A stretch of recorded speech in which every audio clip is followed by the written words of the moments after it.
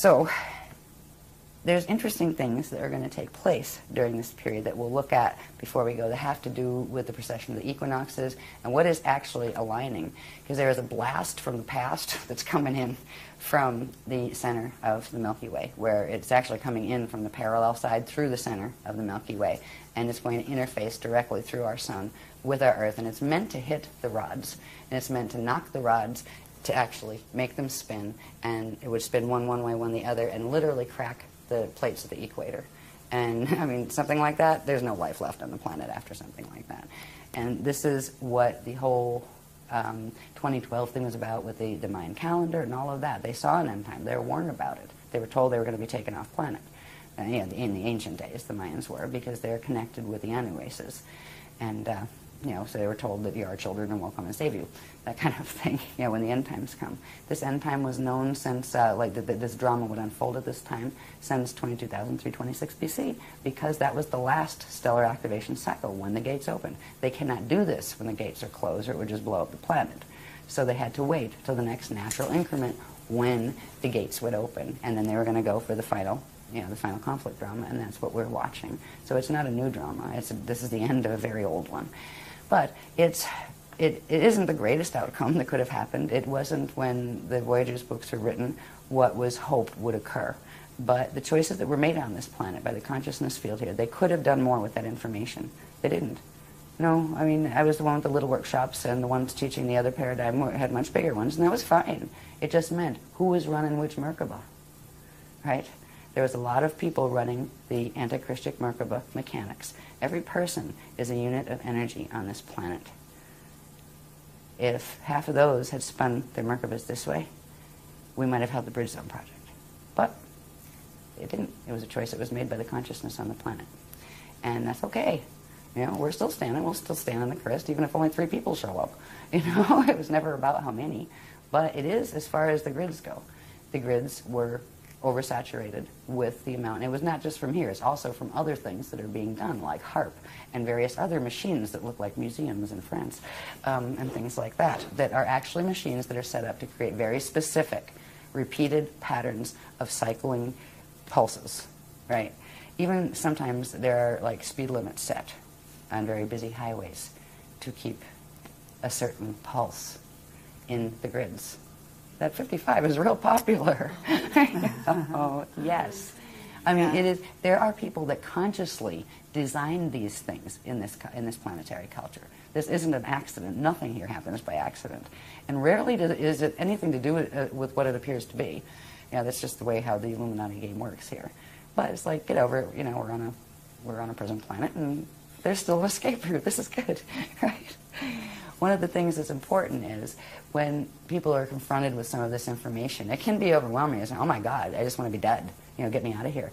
No, dead is not the answer. The worst thing a person can do is commit suicide right now, because your consciousness, if you drop the body on purpose, the consciousness will be stuck in this field. You want to be a ghost here while it goes down?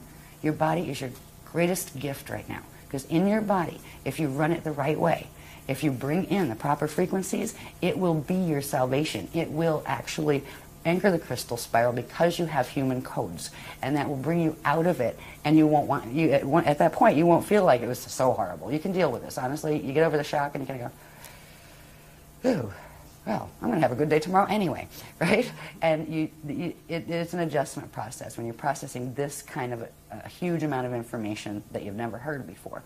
But I just want to make it clear that suicide is not the answer. That's how to get stuck here. It's not worth doing. There's always a solution to get out. Your body will help you. You can anchor these frequencies in your body, and it will set your spirit free. So whenever, even if you do a normal, bardo, and your body eventually dies, you won't be stuck in the 55 activation. But if you leave because you can't deal with the thought of having a 55 activation, you're going to get stuck in it. So I just wanted to say that, because I know this can be intimidating to some people. All right, so anyway. Now, excuse me. So what I want to do is get to the point where we talk a little bit about some of the things that do occur. So that big mystery about what's aligning with what. Oh, the galactic core does something. Oh, that was in 1983. I mean, they're all like the internet. They're saying this group's saying this group's saying that. Everybody's trying to figure out what this big galactic core alignment is. Because honestly, in certain ways, if you lined it up, it actually happened somewhere in the 80s. That's not the alignment. It's not about that. It is about the rods and the chambers. and what they are doing. So we'll look at those in a minute. But this little time cycle here, it's about the spirals and how they're expanding out. And the simple thing that people really need to do is they need to decide which path. You know, do they take this information seriously enough to say, well, better be better safe than sorry? You know what I mean? Let's try that crystal spiral and see if I like it, you know? Because if you don't like it, you can always go back to the Mediterranean way, no problem. There's no, like, nobody holds you here, you know what I mean? It's a free will thing. But anyway, I want to get to the graphs that have to do with a little bit on the body, too. But before that, I want to show you one more thing we're back up, way up at the top in our cosmic matrix, seeing our little Vecca system with the black holes next to us that are trying to suck us in and that kind of thing. Up here, again, is the Aquarian matrix. That is where the Crystal River host groups are coming from, the Adashi Adepts are coming from. And they are literally sending a frequency bridge down. It's actually acting like a respirator for this planet, because it's coming down. It partially goes through the solar gates, but only partially. But it's coming down, and it wraps almost like two currents that come down, and they're meeting in the center, the core of the Earth. If they weren't doing that in the core of the Earth, there's a thing that happens in a solar system, and it's just part of the natural mechanics of a solar system. If you have a sun that's Pranacede closes and it enters its Bardo cycle, all of the planets or stars in that system that have the natural circulation with it will follow suit. They will all close their Pranacedes, and they will all prepare to die together. This planet was going to go into that. If that happened, all the gates would shut except the wormholes. And this is actually the cosmic respirator at the moment. There are two currents that are coming down. What do they call that again? That's a big word. Yeah, I trip over my tongue on that all the time. Ancestation passage, they call it. And it is literally frequency currents that are coming down and forming a loop, coming in through the Earth rods, I imagine, and literally holding the core open so the Pranacede doesn't close, so the gates can still circulate energy, and so the host can go, and that will stay for 200 years. And when that pulls up, the Pranacede's going to close, and the natural process of Bardo for the solar system is going to unfold. So whoever does stay here after the 200 years is going to have a very interesting evolutionary experience, because there's going to be progressively more limited resources. You're going to watch species go extinct at hugely fast rates because they want out, right? You know, they're just like, okay, out of here, we're leaving the planet. You're going to see large groups of people doing that, be it from earth changes or wars or whatever, because it is the last call. But we've got 200 years before that point comes, fortunately. Now, what the solution is we need to reverse mutate as much as we can the light body structure and turn back on the spirit body, light body flows that have been blocked by these fields, and get the junk DNA to reassemble so it can process the natural atomic and chemical changes that would occur in a body when it goes through the activating the Merkaba process, because it is a biochemical process. The part in the process called fetal integration, that is when the consciousness from the spirit body begins to enter the fetal body in the baby, right? It starts to come in. It starts to bond the spirit body consciousness into the atoms. It's actually partially bonded into the atoms. It's called the jari. That's the part of the consciousness that actually is stuck with the atoms, the part of your living consciousness that forms your atoms. And that part, when you go through a natural Bardo or ascension cycle, the jari is freed, and the atom is able to go through a biochemical process that involves an element or a transient element called celestaline. There's something called a celestaline wave. It has to do with the substances they used to call white powder and blue powder gold. All right, they're monoatomic, but they're natural monoatomic atoms that are formed, and they allow the body to become a superconductor where the angular rotational particle spin on the atoms can shift. They blend instead of annihilate with their antiparticle, their natural antiparticle, and they can go into ascension. So the biochemical processes that we're working on, they're directly connected to the DNA, directly connected to the epigenetic overlay that is triggering the DNA and telling it what it can and can't do. The techniques that we've been working with all along have progressively. We started with fixing the light body structure, then different layers of that, then what's called the crystal body structure that's part of the light body structure. Then we went into turning back on the core flows of the spirit body structure. Now we're working with what's called the Ajay body structure, which is the part of this anatomy that brings those two together and allows the core flows to happen where you can actually go into orb. These little orbs we see in some of these photos and those kind of things, eventually we will be able to turn ourselves into those as a traveling medium. What you don't see with an orb, A natural orb would have its Merkaba fields moving around it, right? They're the parts you don't see, but you might get a photograph of the orb itself, right? You can also have orbs that are coming from the other system as well, where they are using the Death Star Merkaba, and you can't tell just by seeing the orb. You would have to be able to see the structures of its system and whether it had a poison apple-shaped magnetic field around it, or whether it had the natural thing that looks like a butterfly, which is the natural electromagnetic field. So anyway, when we're going to think about reverse mutating, it has to do with techniques, not techniques in a laboratory where you have somebody go play with your DNA. You play with your own DNA by literally, first of all, knowing what pieces of the anatomy you're trying to turn on and trying to heal, and working with them directly through certain breathing techniques, through certain visualization exercises, through certain projection exercises. There are even certain movements and some yoga moves that the Guardians refer to as logas, because you also use energy work with the chakras with them and things. There are things to do that help the body to get into the space where these things can be repaired, so you do become able to do these. We have structures in the body that have to do with, these were in some of the earlier teachings.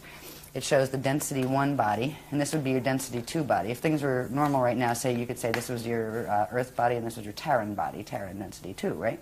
But we actually have these fields on each density level. This would be your soul level body, and this would be your incarnate level. If you had the density 3 one here, you'd have your oversoul, then you would have your avatar, then you would have your rishi level. Now, this is 3 dimensions here, this is 3 here. They each have their radial body structure. They are connected, but these have to be opened.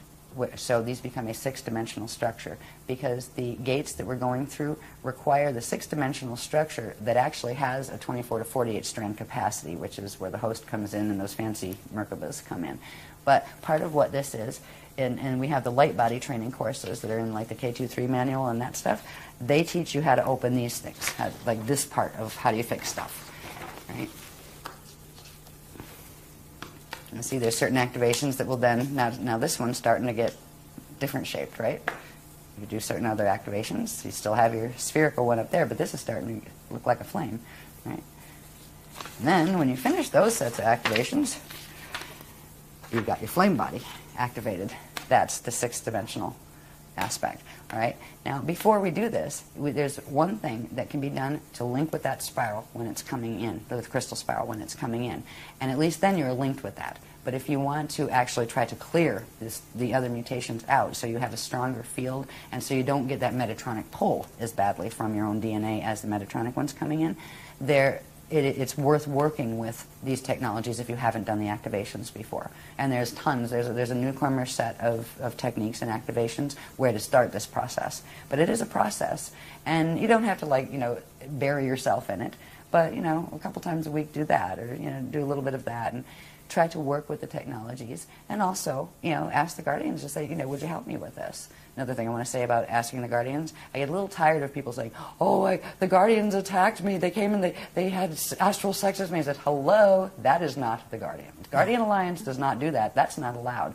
No sexual contact whatsoever, no abusive. They don't yell at you, they don't tell you to do things, they don't say you have to, they don't say you must.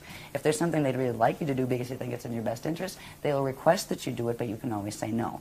So if open rapport and communication does come, there's all sorts of things out there calling themselves Guardian Alliance that are not. And you have to be careful with that. Our DNA right now, if you've done nothing with your DNA to get your line clearer, it runs 2 lines. It'll actually run 3. You can run a Krishtik one, a green one, or a red one, which means an Anunnaki one, a Drak one, or a Krishtik one. So we've all got combinations of those codes. So anyway, I just wanted to add that in there, because we get a little tired of hearing people say, I'm going to go to the newspapers. I was like, well, good luck with that. But that's not us. You know what I mean? That's not our guys. They don't do that. In fact, we've taught against that, and we've taught to watch out for that for ages. If they were going to do that, they wouldn't be teaching not, to look out for that, because people are doing it. Also make it clear that other people who offer to activate your DNA for you or your flame body for you is at the same time. Exactly. Yeah, there's been another thing that some well-meaning or not people have done, where they'll say, oh, I'll give you a session and I'll activate your 12-strand pattern for you. Oh, I'll activate. There's nobody that can do it for you but you. It has to be you that does it. You have to choose. There are simple techniques. They're not hard. They're simple meditation techniques. It's really funny. When people first start them, they usually fall asleep halfway through the tape. or maybe a quarter of the way through the tape, because the DNA can't hold all the frequencies it brings in yet. But the more you use the tape, the more you'll find that you can stay awake during it, right? Even if you don't stay awake, you're still picking up some of the activation. The point where you can actually stay awake through the whole thing means you expanded the DNA activation level enough to hold the level of frequency that that tape was bringing in. All right, so as far as having other people fix you when it comes to DNA activation, you are much, much safer to just look at various techniques, feel which one feels better for you, and use that one, and not have somebody else. Because you know what? Nobody else can activate your DNA for you, but they can transfer things into your DNA that weren't there otherwise. They can implant you that way, and some people are being used that way. Sometimes they don't even know it, that they're well-meaning. But where did they think? Like, what kind of ego does it take to say, I'm going to go activate your DNA for you? Hello? Get your ego in check. You know what I mean? So anyway.